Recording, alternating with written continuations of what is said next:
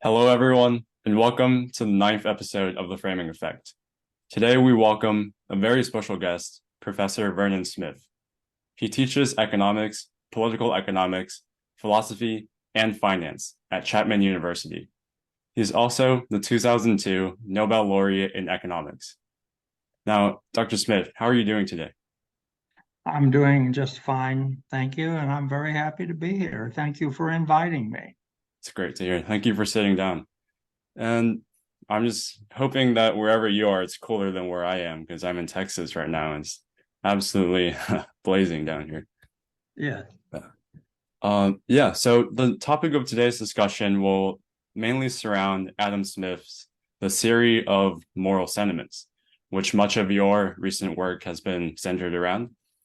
And as most historians or historian fellows know, Adam Smith's main work, or his most widely talked about work, is The Wealth of Nations, written in 1776, which mainly details his economic philosophies of the invisible hand and laissez-faire economies.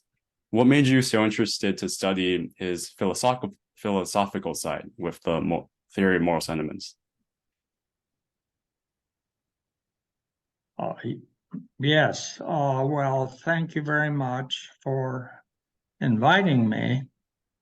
And I want to begin by saying that the theory of moral sentiments really got my attention when my colleague Bart Wilson and I, who used the theory of moral sentiments in teaching, we assigned it to students and have done it for actually several years.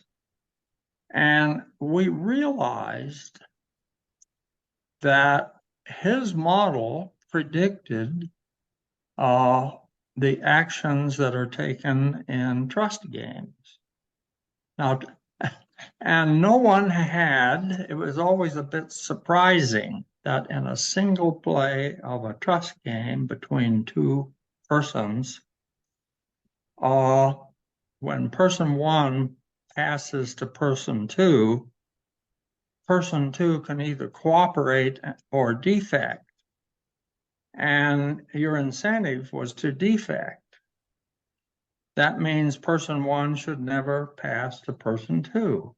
In fact, somewhat over half, about 55% of a substantial sample of 100 pairs, say, pass to player two, and player twos at a ratio of 2 to 1 cooperate rather than defect.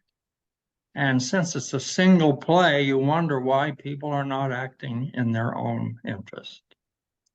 Well, it turns out that Adam Smith had a proposition that actually uh, predicts this. So let me begin with that proposition, and then I'll sort of back up and talk a little more generally about Adam Smith.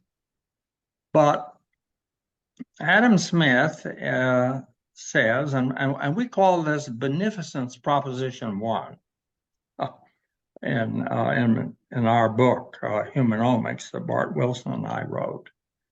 Smith says that actions of a beneficent tendency that are properly motivated.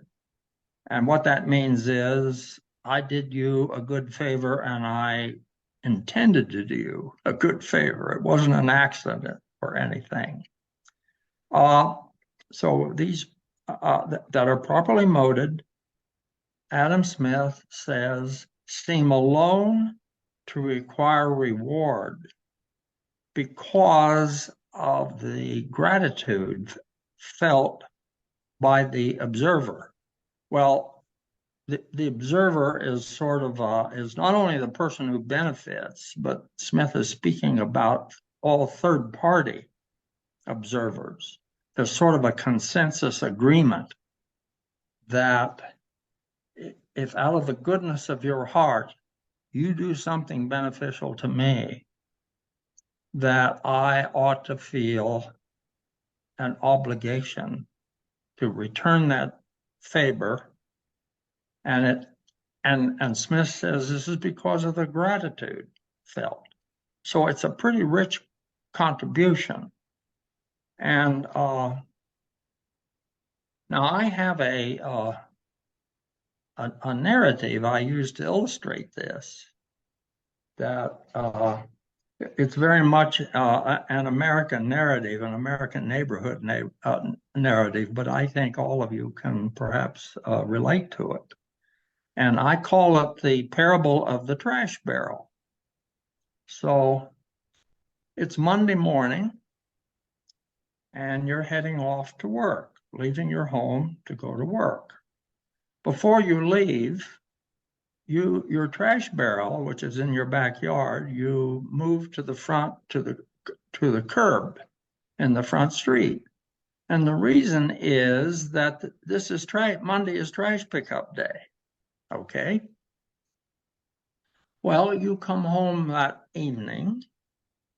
Your thoughts are preoccupied with the day's activities, and you forget to bring your trash barrel in. Your neighbor is out bringing hers in, and she sees that you didn't bring in yours, so she brings it in for you. Well, that's on Monday. The following Saturday, you are in your backyard picking avocados off of you have two magnificent avocado trees back there. This is California. And so you take an extra sack and you pick a dozen for your neighbor and take them over to give to her. She's not at home, so you leave them on her doorstep. She will know where they came from. Now,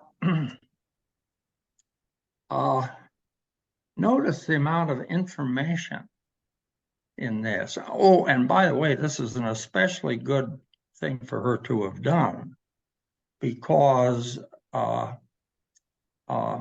early Tuesday morning, the street sweeper comes through out on curbside, and if your trash bill is out there, you may get a citation.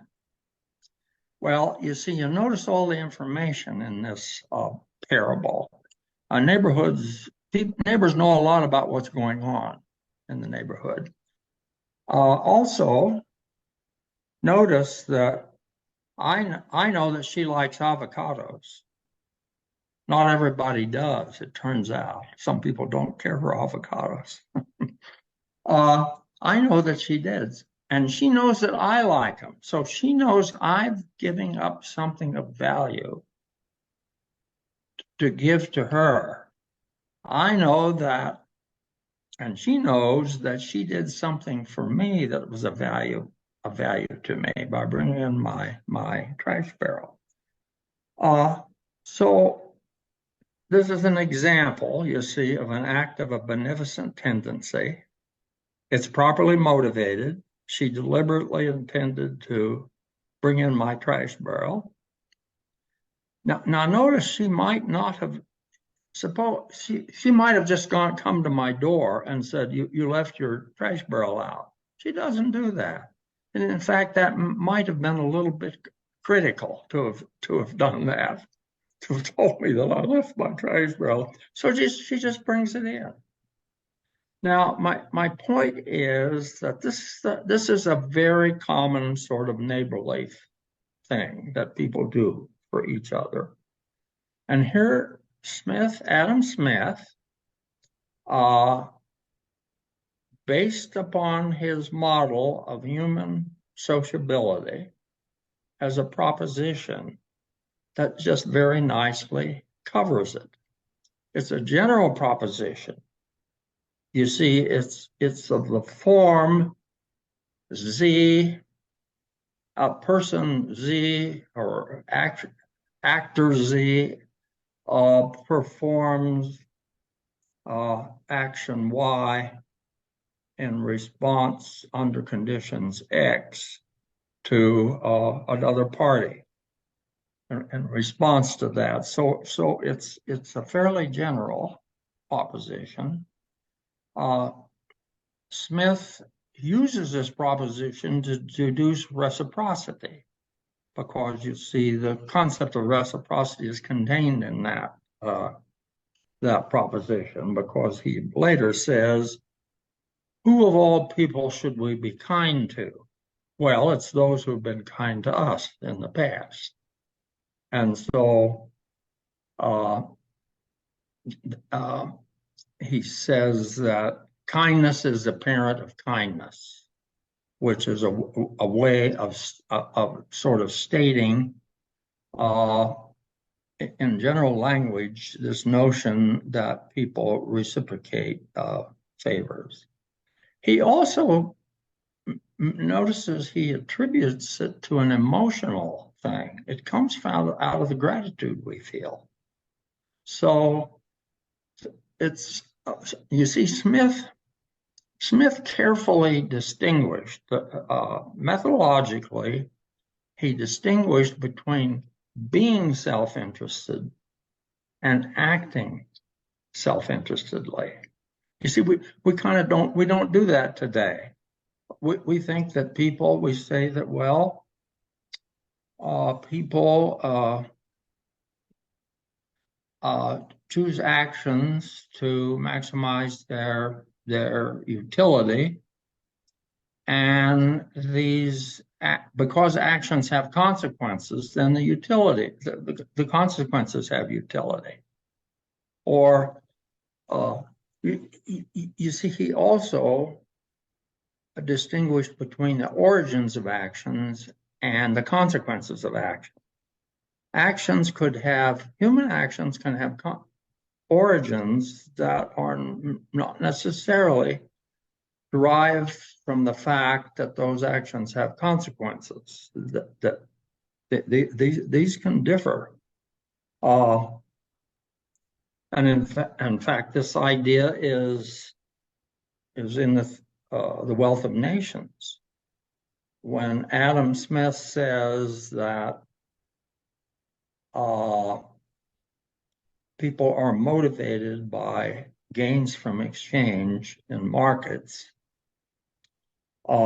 This creates prices and leads to what he calls division of labor, specialization, because prices are known for products and for forms of various inputs. This leads people to choose to do those things that they're best fitted to do. Well, you see, there's an example where people are following their self-interest, but this has ends, or I mean, it has consequences that are not part of their intention. So they mean only their own gain, but in addition, they create prices.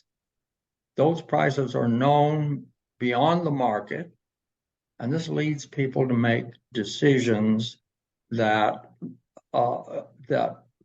involve specialization.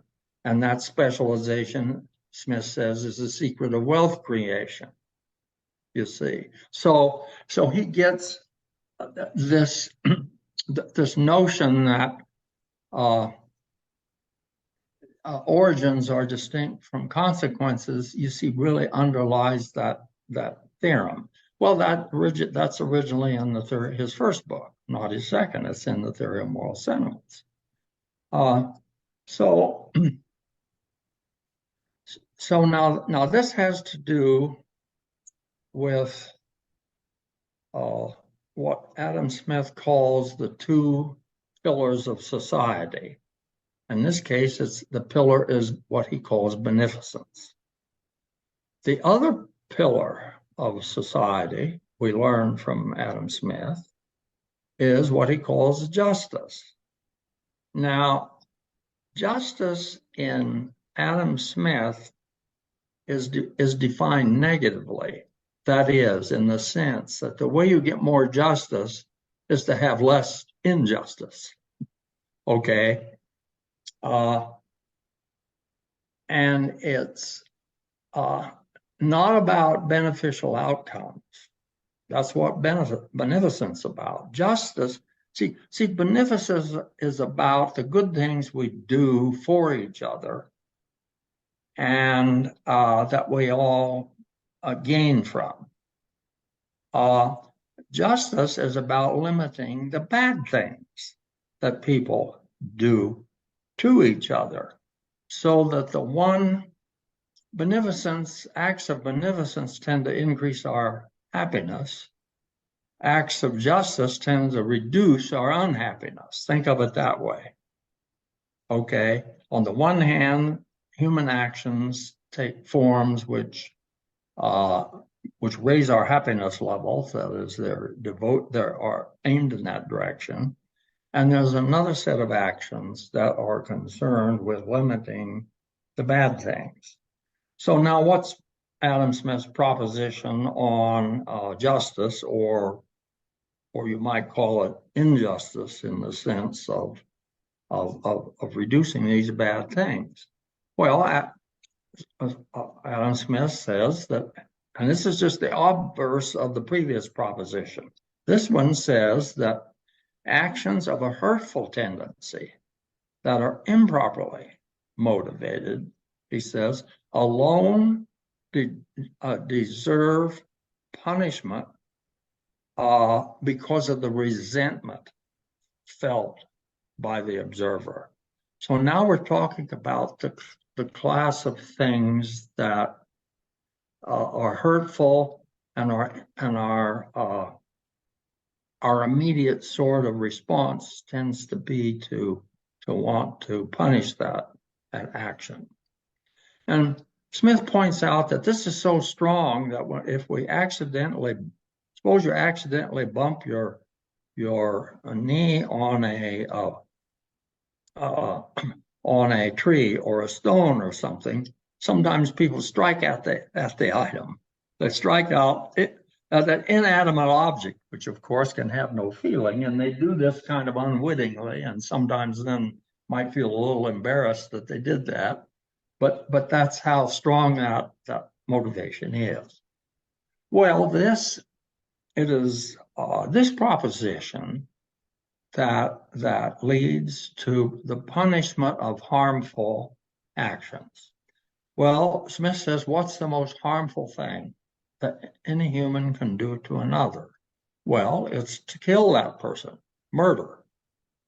So murder carries by far the highest penalty.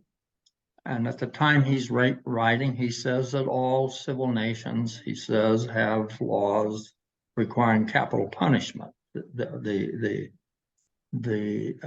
death sentence for people who found guilty of deliberate murder.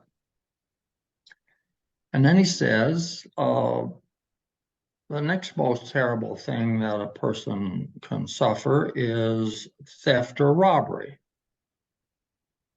the loss of things that belong to him.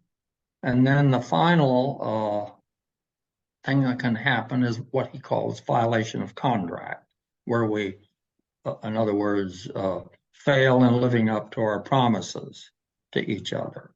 Now notice that each of these things involve property.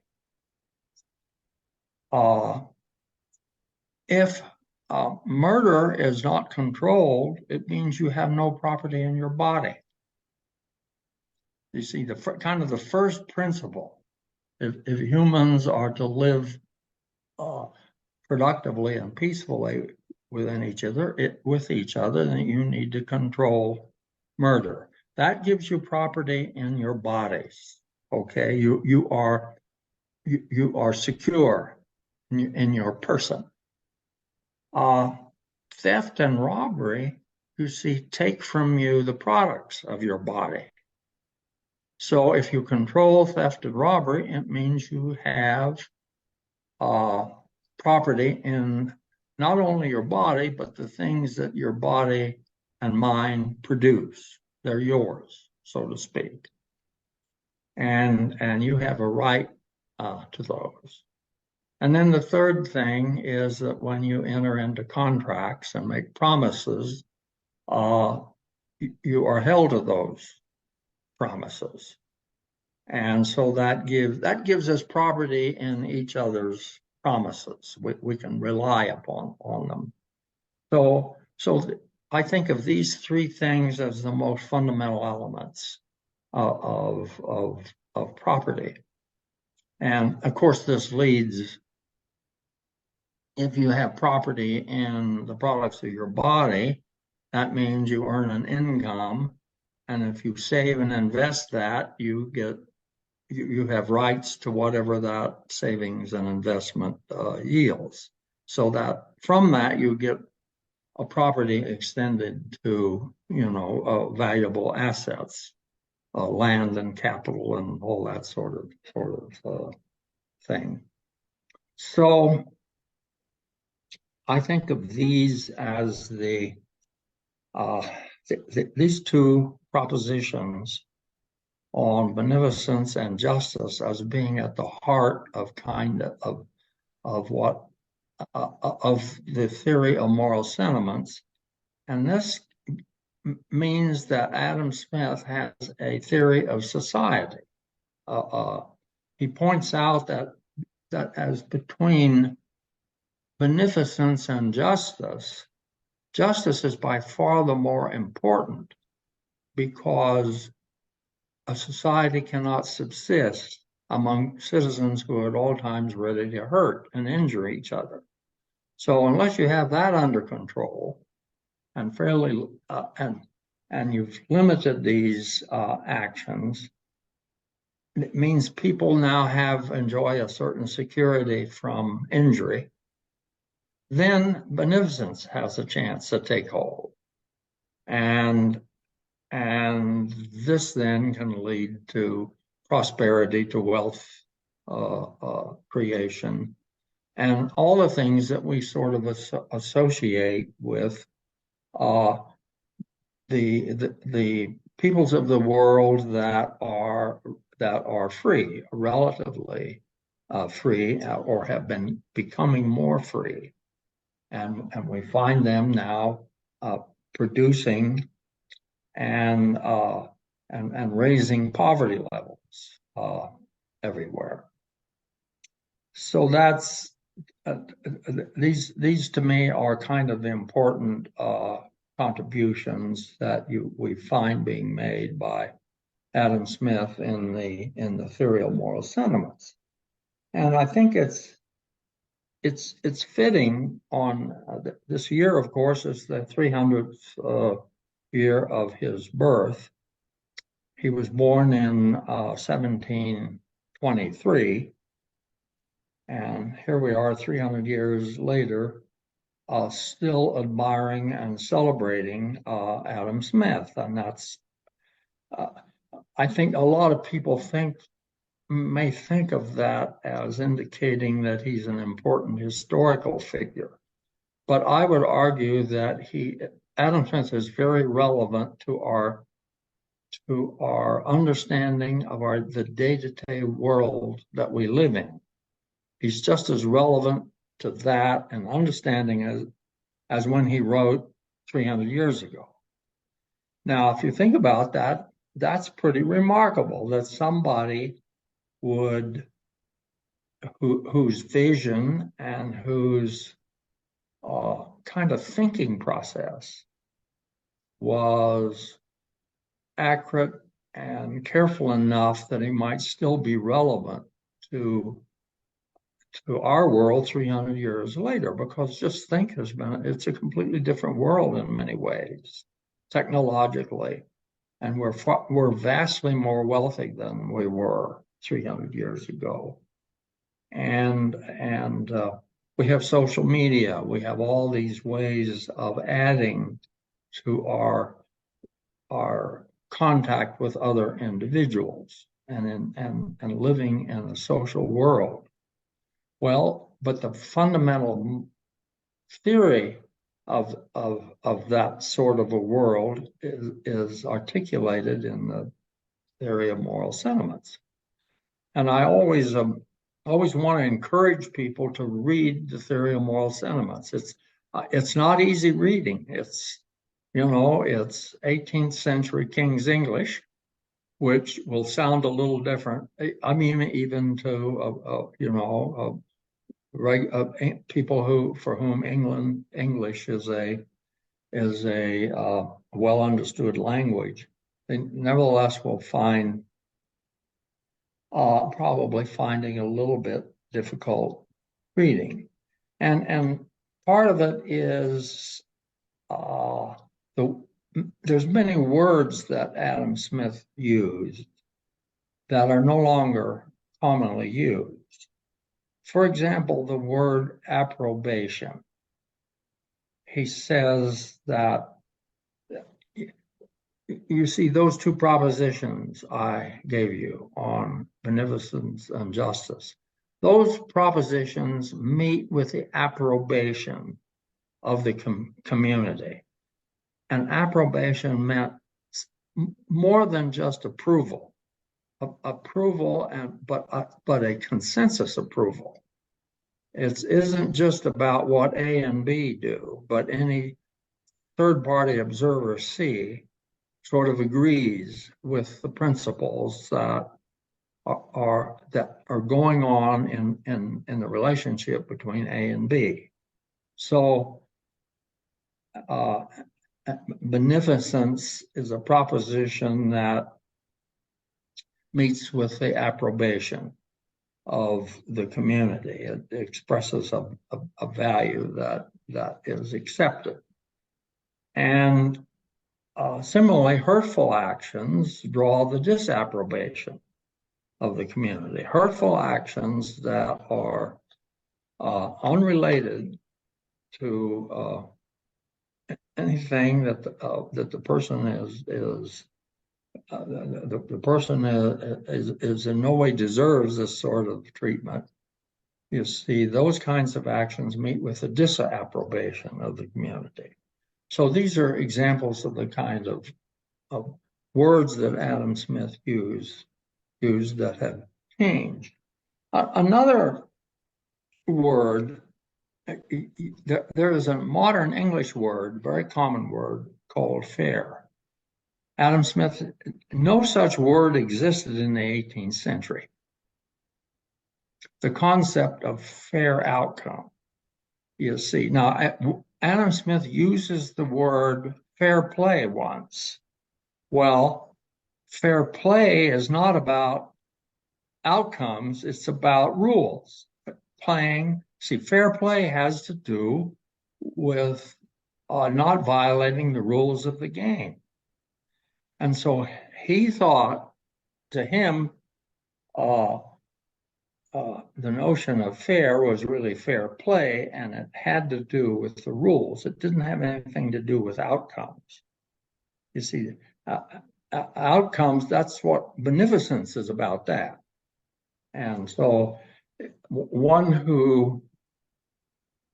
someone who would like to see the poor get higher wages, who would like to see more done for the poor.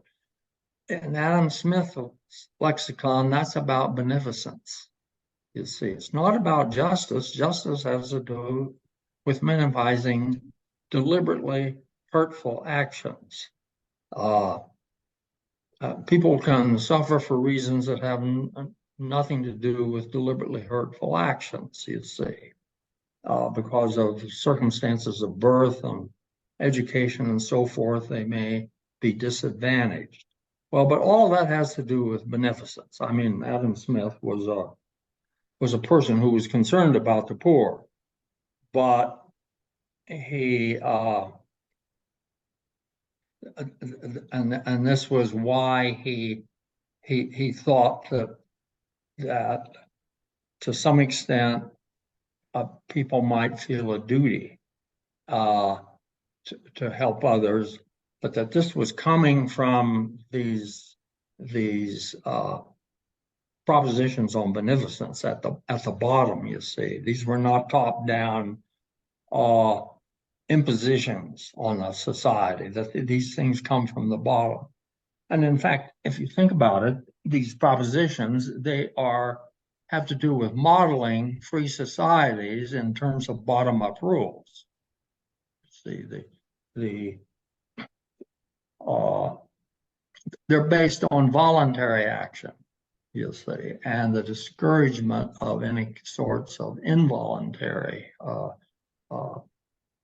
impositions on people. So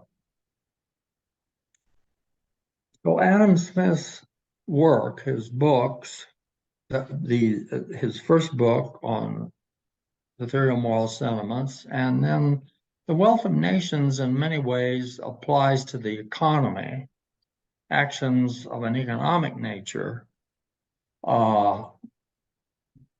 What the theory of moral sentiments was concerned with actions of a social nature. So in a way, it's kind of an extension of those ideas to economics. And of course, in the Wealth of Nations, Smith, kind of a necessary condition for the generation of wealth is a property rights system which is enforced. And he says very simply, why do we have property in modern nations? Well, he says it's because the rich have property and they don't want the poor to take it. So he says that's the immediate reason why, of course, people that have property very much favor property rights. But the thing is, this has consequences far beyond just the protection of the rich. It also provides an incentive for the lowest of people to better themselves, because anything that they're able to produce and create, they can claim is theirs. So it's a protection that is good for everybody in terms of being an underlying, you see, this principle of wealth creation. Professor Smith, on that regard, So anyway, how's my time? oh, you're doing fantastic. I just had a Okay. question about in regards to property. Yeah. So I think I'm going to, I'm interested in any questions that listeners have, but I think that gives a pretty good introduction. Let me say that, of course, most people consider The Wealth of Nations his most important work. Interestingly, that all of Adam Smith's biographers report that Adam Smith himself was of the opinion that his most important work was the theory of moral sentiments, not The Wealth of Nations, because he saw that as dealing fundamentally with human action. And from his perspective, the way you understand human beings is through understanding the actions they take, their motivations, why, and how these actions are taken, because that's sort of the glue that holds society together.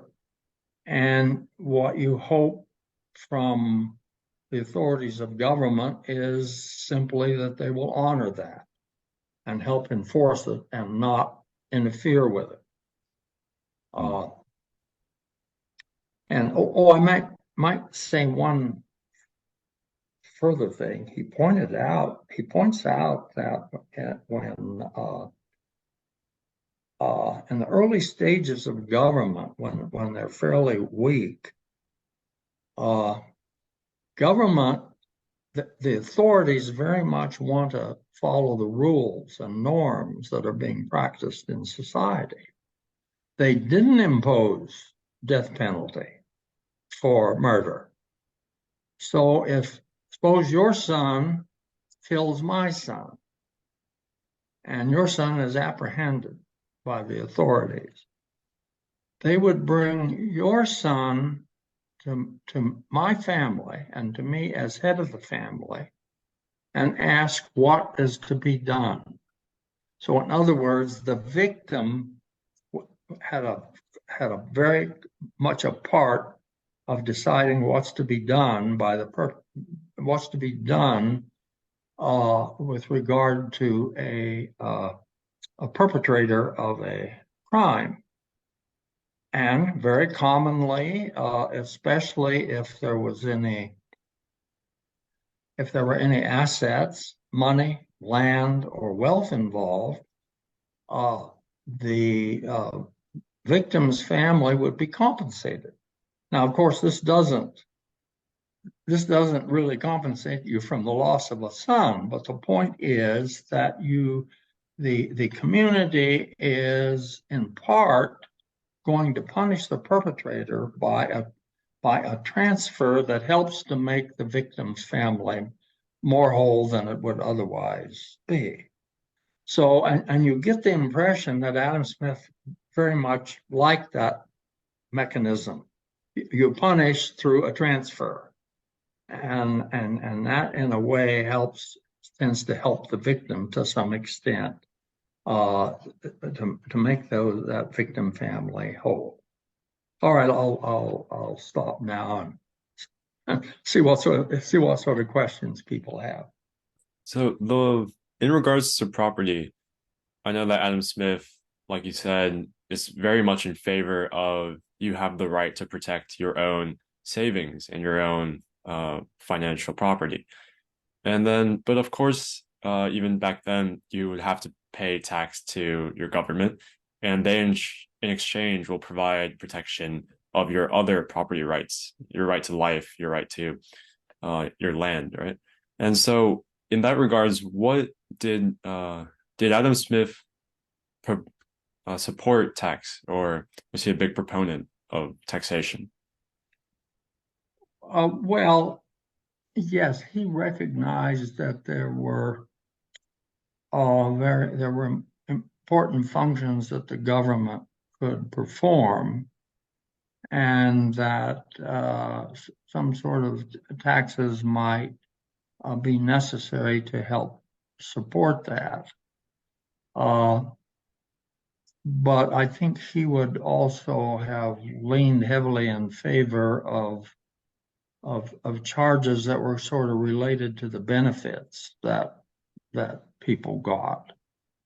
And you know, he believed that probably there were certain public services like sewage and waste management and this sort of thing that only a local government, might effectively uh, carry out. I think today, though, although that is the model we usually follow, there are other models that are probably more in keeping with the spirit of Adam Smith's voluntary free association.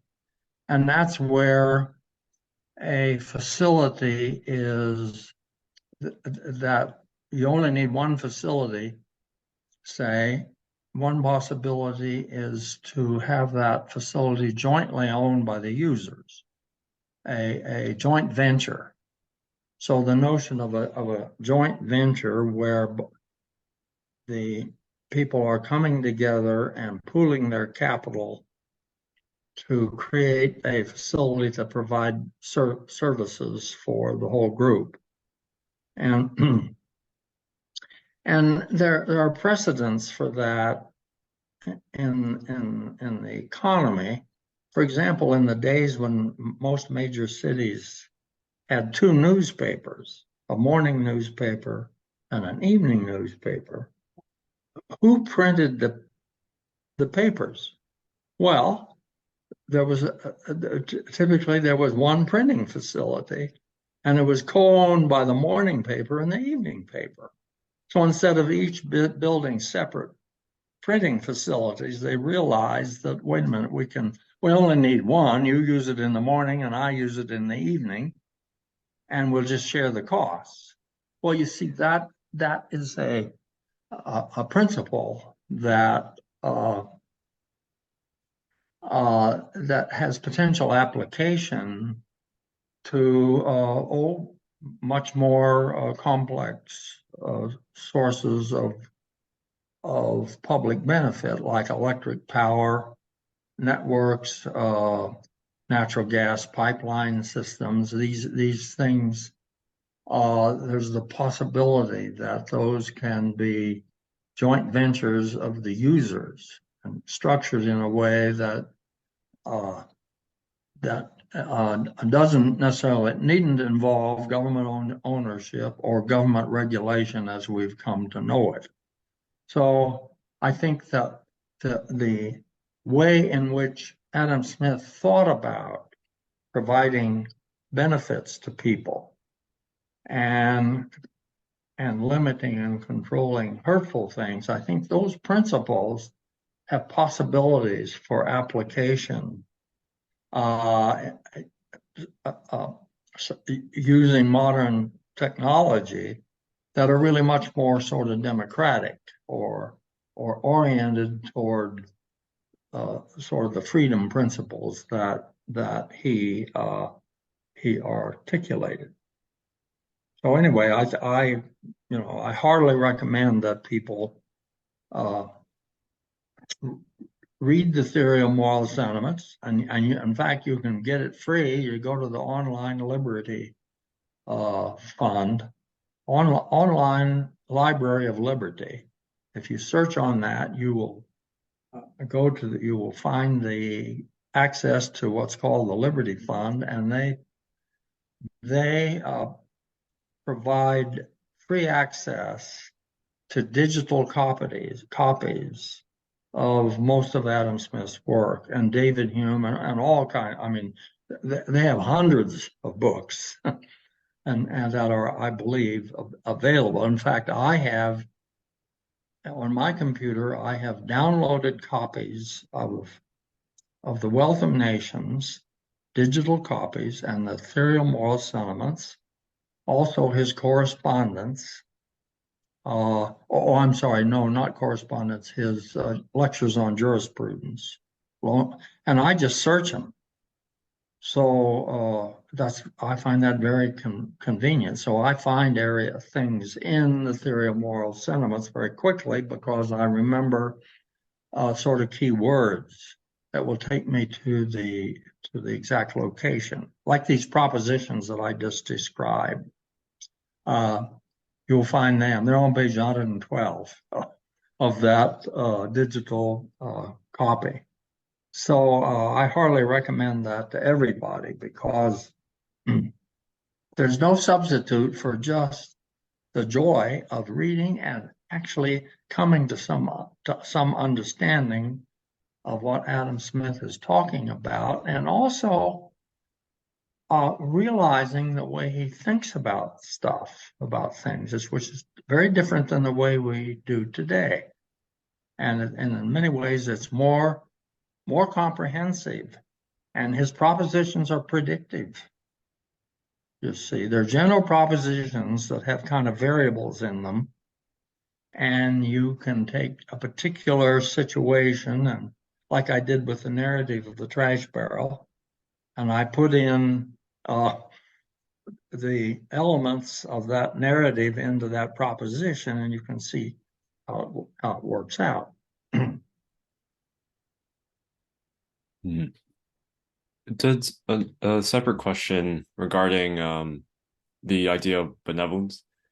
Um, did Adam Smith always believe that malicious actions were done intrinsically with malicious intent, or were those two sometimes separated?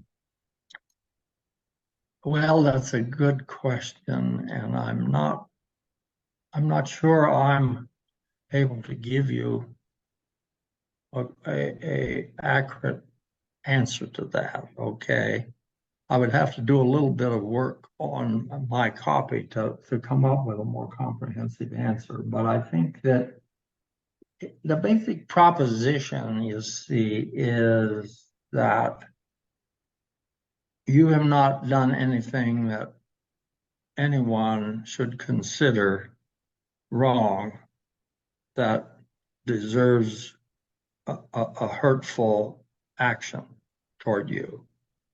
So in other words, these are improperly motivated. That you see, that condition really leaves open to the possibility that there may be cases which are not improperly motivated, that may be justifiable. And I know that he has some discussion of that because he's really he'll state a proposition and then he'll give you the examples that tend to confirm it. And then he will look for contrary cases. He not only looks for confirming evidence, he looks for cases that contradict that. And he may discuss these under kind of exceptional cases, you see, in which, and they may have particular properties. And the fact that he delves so deeply into it leads to a lot of insight. Let me just give you an example.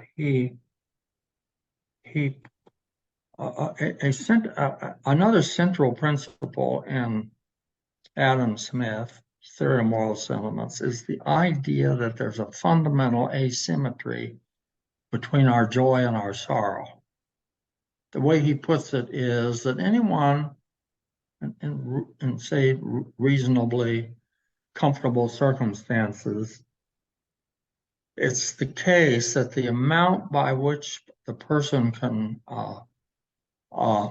rise from that state to a better state is small relative to the amount by which he can fall. So that almost everyone has the potential for falling far further than they can rise from wherever they are. And he calls that, he refers to that, this asymmetry between our joy and our sorrow. That also leads to an asymmetry between gains and losses.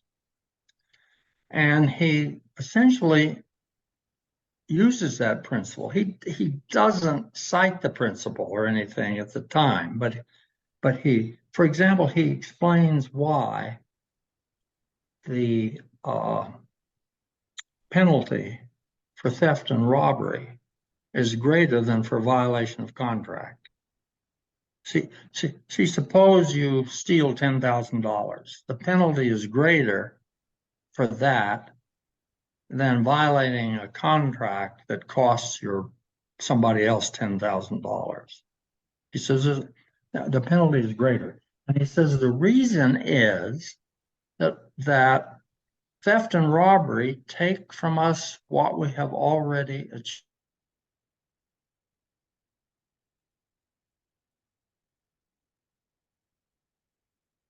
Frustrates our expectation of gain. It's not ours yet. And so that's his explanation. But notice how sophisticated that is. He's thinking very carefully about how these propositions apply to our life. And he's thinking about how they apply to the rules that we live in our societies. And here he's finding an anomaly, so to speak. And so he explains why theft and robbery are more serious than violation of contract, even though they may involve the same amounts of wealth or income. I read that another one of your inspirations in the field of economics is Friedrich Hayek. I was wondering what the ideologies between Hayek and Smith are. Maybe some of their differences or similarities. Well, I think, of course, they're really Hayek cites Adam Smith, both The Wealth of Nations and the Theory of Moral Sentiments, although his discussion doesn't particularly indicate the extent to which he had mastered the theory of moral sentiments, but he certainly was on top of the Wealth of Nations. And the thing that Hayek brought to the table from the Wealth of Nations, I think, is this notion that the pricing system, markets provide an information system. Markets take decentralized hidden information, and out of that prices are produced. Those prices now become public information and start to influence the decisions that people make, and those tend to be wealth creating. And well, that concept is in the first, if you read the first 7 chapters of Book 1 of the Wealth of Nations, it's really just about that same those same principles, except that Adam Smith doesn't have the language of information, and he doesn't emphasize in the way Hayek did the notion that information is decentralized and that information is very important, and it's very important that that be aggregated into prices, and that's exactly what markets do. Well, with that insight from Hayek, and by the way, I was influenced by that much earlier, before I read that deeply into the theory of moral sentiments, because Hayek, you see, he had the only theory in town that kind of accounted for my experiments. How because a group of, in my early experiments, the information was all decentralized. I gave private maximum willingness to pay values to the buyers and private minimum willingness to accept costs to the sellers. And so each person only knew, as a buyer, their own value, or as a seller, their own costs. So that information was completely decentralized. And to my astonishment, actually, in the first experiment I did back in, this was January 1956, a really long time ago, to my astonishment, if people traded by open outcry bid-ask rules, they found that equilibrium very quickly, because the array of those values from highest to lowest is the demand schedule, and the array of the seller's costs from lowest to highest gave you a supply. Well, they found that intersection, and I found that the first experiment, I could hardly believe that, because you see, in the middle of the 20th century, we thought that, and it was widely taught in all graduate programs, theory programs, that competitive ideal was very abstract. And in order to actually attain that, people would have to have complete information, full information on the supply and demand. Well, here's a market that I had where each people only knew their own value or cost. They didn't have complete information. And here it is converging very quickly. Well, what we quickly learned is, as that first experiment was replicated not only by me, by other people, we realized that we were just completely wrong in the way we thought about how competition takes place. And if you go back and read Adam Smith, particularly chapter 7, because that's where he describes price discovery by buyers and sellers, it's very similar to it's very comparable to what we're observing in these experiments. He didn't have any, Adam Smith wouldn't have any trouble believing that a group of sophomores could walk in the room and given the information I'd given, that they would find the price. I don't think he would have found that You know, that's the way he kind of saw the market as working. And that's why I think it's still important to go back and read those first 7 chapters, particularly chapter 7 on the way Adam Smith thinks of prices adjusting, being adjusted by action of the buyers and sellers. And in fact, he says if prices start out too low, it tends to be the buyers that actively bid the price up. If they start out too high, the price falls by action of the sellers competing with each other.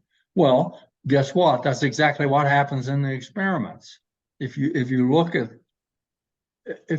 at who's making price and changing things, if the price at the beginning, if the price is too low, or if at the beginning it's too high, you'll see us following exactly what Adam Smith's talking about.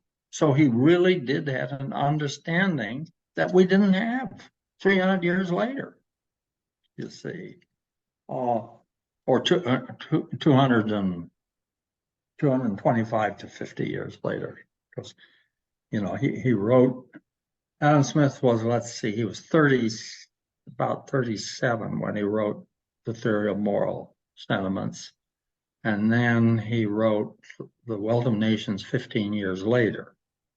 So he was still a relatively young scholar at the time that he produced those 2 books.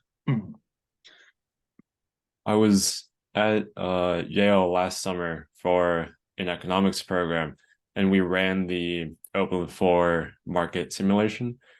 And it was exactly like you said, how by changing the decentralized pricing, the equilibrium would change depending on if the buyers were competing with each other or if the sellers were competing with each other. And to learn that you were the one who invented that simulation experiment all those years ago is really astonishing to find that out. Thank you for inventing that experiment. Okay. Do you have time for 2 more current event questions or? Sure, I have whatever time you'd like. Okay. Um, so after the pandemic ended, publicly ended in the recent months, there have been a lot of anxiety with the American middle class. I believe $2 trillion in wealth in the American middle class have been wiped out since the Fed started hiking interest rates. And ahead of the 2024 presidential race, economists project that there will be a recession. Do you think that the probability of a recession is inevitable, or are we currently in a recession? Or what's your? Well, I don't think it's inevitable. I think it's a particularly difficult time for forecasting because the pandemic and everything, you see, we lost output not because of problems in the economy. We lost output was because of an external event, you see. And the COVID infection. Well, that's a pretty different thing. And I think and the administration, politicians just think in terms of very narrowly in terms of if there's a problem, then you need stimulus. Well, we didn't need stimulus when people were sitting at home and couldn't go out and work. They're sitting at home not producing any output, and the administration spends, I think the figure was $800 billion to write checks for people sitting at home not producing products. Well, that can't be anything except inflationary, especially because whatever portion of that excessive spending,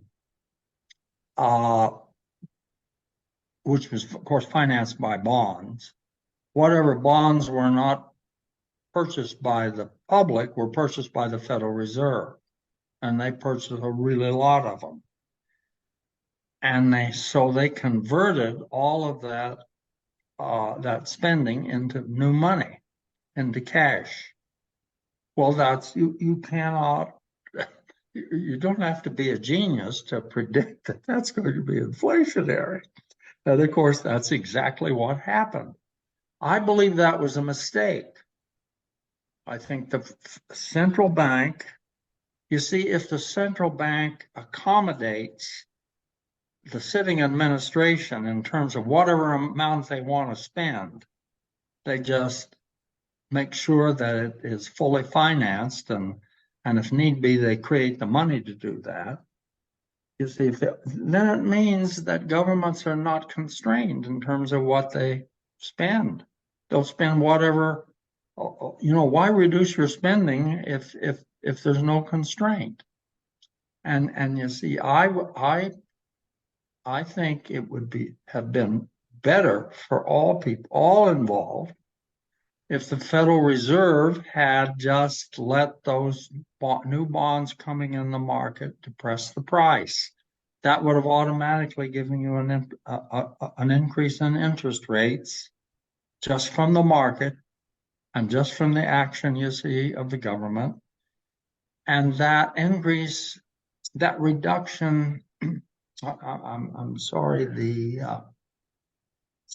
that reduction in the supply and the prices of the bonds would mean their money didn't go as far. That is, the amount of spending wouldn't have gone as far as it did in terms of the real things that it could buy. And everyone would have recognized that this was coming from this action of government. And you see, this got sort of hidden because the Federal Reserve accommodated that. Well, then comes the inflation that you expect from that. And by the way, I see all typically the economic function of inflation. Think about this case where the government here is spending money, and they're creating the money to buy whatever it is they're purchasing, you see, with it. Here they're giving it to people to spend. How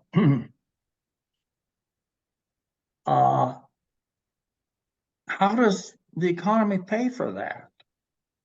Well, I think inflation is a natural economic response to that. The inflation, by raising prices, it reduces asset value. Now, some assets like real estate, may move with the prices and not fall. But generally, wealth must be reduced. And why? Because the economy has to pay for this somehow. Well, this is the mechanism. Inflation is the mechanism whereby, you see, wealth is transferred from people. That is, the resources from that loss in wealth is what is used to kind of pay for this increased spending. The resources have to come from somewhere. So that whenever you have actions of that character and the issuance of new money, you're going to have whatever inflation it takes to reduce wealth enough so as to pay for that increase in consumption by somebody.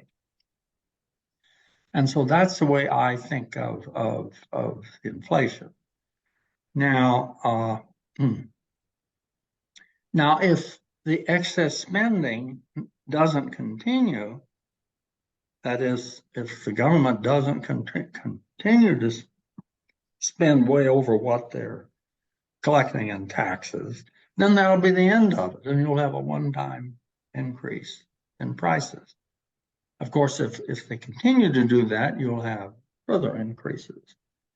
And any artificial raising of interest rates beyond what is going to be done naturally in the market in that situation. Any artificial raising of the interest rates is just a means whereby uh, you're going to discourage capital investment and spending enough to bring the inflation under control, but you're also by uh, uh, discouraging capital investment, you're discouraging wealth creation. So we end up, you see, with less uh, uh, wealth being created.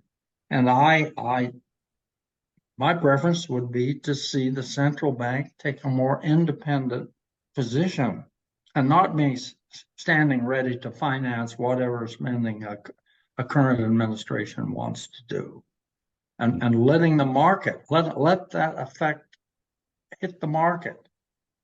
People then can see what the source of that market distress is. It's coming from what the government is doing, and then they can make decisions of whether they like that or not.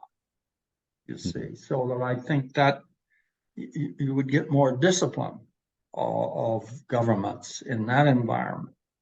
And of course, there's a lot of governments around the world that inflation is just a way of life because the governments are constantly, they can't tax the people enough to pay for their ambitious spending, so they create the money for it. And so you have just inflation going on and on. In many countries, of course, far worse than is typically in the United States. And the so-called banana republics, you see. Uh, so that's my view about monetary policy and and spending and because I just think that there's a lot of sort of built-in uh, market mechanisms that help to control what government does. And those tend to be overridden if you have a central bank that's always ready to finance, to just create money, you see, for the whatever spending their government wants to do. Is that monetary discipline perhaps the economic backing for why the Supreme Court this week struck down Biden's plan to redact $20,000 from each borrower's student loan debts? Well, there were a lot of course, other issues involved here. Uh,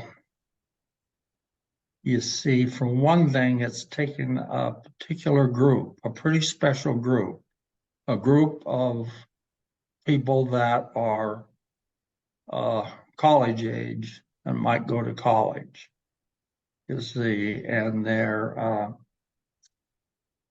uh, they've had a loan program to do that, and now they're proposing to forgive those loans. Well, of course, some people have responsibly helped to pay off their loans.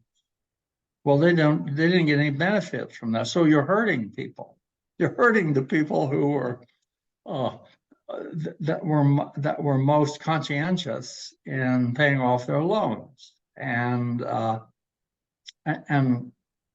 if you do that, then why should anyone do that? Why don't they just wait for the government to bail them out? You see, so it's really very bad incentives uh, to create in a world where most of our activity is controlled by the decisions that individual people make at ground level. And because that's the driving force of most everything. And I think it's very important to protect that freedom and to protect these rules that have a bottom up origin. Uh, and in both of Adam Smith's two books, he's talking about bottom up kinds of rules that are coming from free individuals. That's all the questions I've had today. Um, Okay. yeah. Thank you so much for sitting down for this interview, and Your all of your answers were absolutely amazing. I've learned a lot from this, and I hope our audience will too. Thank you. My pleasure. Have a good day. You too.